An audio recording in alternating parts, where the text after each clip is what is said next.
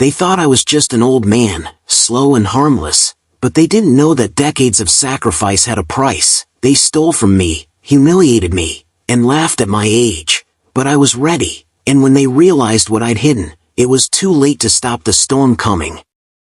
I'm Frank Donovan, 67, and I've spent most of my life behind the counter of Donovan's Hardware, in a town so small that everyone knows your business before you do. My mornings are quiet now, coffee brewing, the paper rustling, a stack of family photos catching the early sun on my mantle. I like to sit on my porch afterward, listening to the wind stir the old oak trees, thinking about a lifetime of work, love, and sacrifices that shaped me.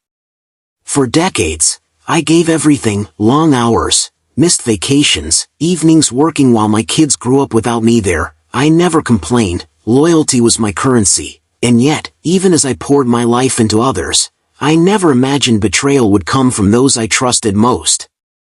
It started small. My nephew, Jason, 20 years my junior, came into the store one afternoon with a grin that didn't reach his eyes. "Come on, Uncle Frank, you're too old to understand this world anymore," he said. "Why are you still meddling? Retire and enjoy your old age." I swallowed my pride. He didn't know the hours I'd put in, the sweat that built that business, or the money I'd saved for decades, my late nights balancing accounts, the weekends I spent fixing broken homes and tools for the community. They all amounted to nothing in his eyes. And then, the letters started arriving, documents that made my blood run cold. Jason, aided by my own sister, had begun quietly siphoning funds, selling off assets, and moving pieces of my life into their hands. All the while, they smiled and nodded, pretending I was just a kindly old man, too slow to notice.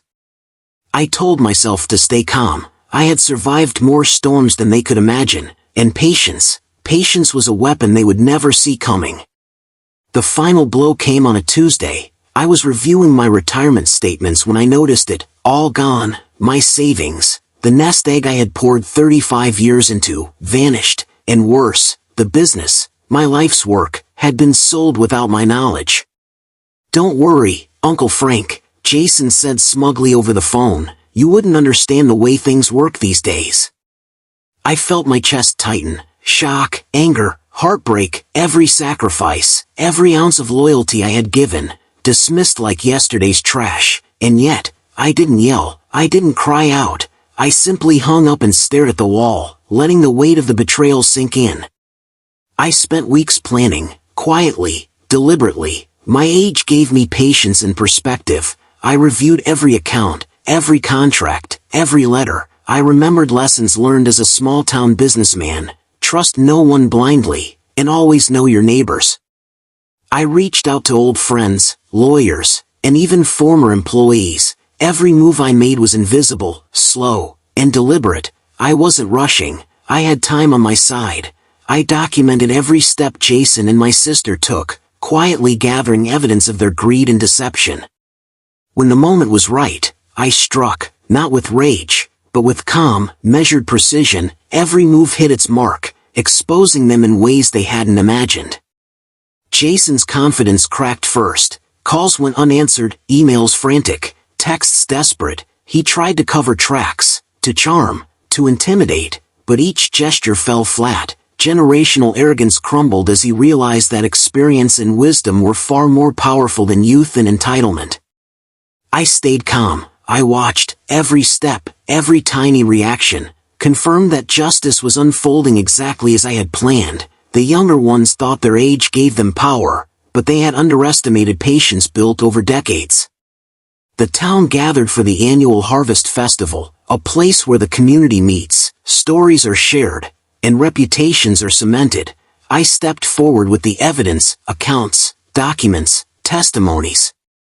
Jason and my sister's faces turned pale as the room gasped. The betrayal they had hidden, the funds they had stolen, was laid bare for everyone to see. Neighbors whispered, heads shook, the church choir paused mid-song. Even the mayor, who had admired Jason, looked on with shock.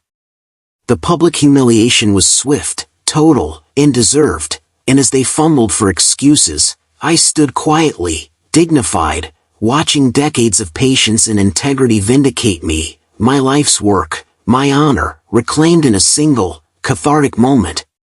Jason and my sister disappeared from the community, isolated and ashamed. The money was returned, partially, but more importantly, the trust one had in myself, the knowledge that I could protect what I had built, was restored.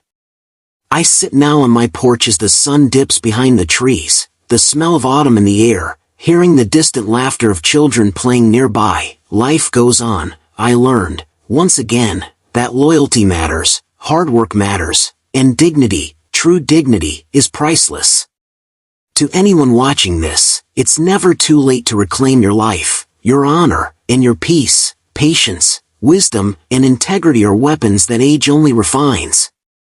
If this story touched you, share your thoughts in the comments. Tell me, have you ever felt betrayed by someone you loved? And remember, even in the later chapters of life, justice can still be served.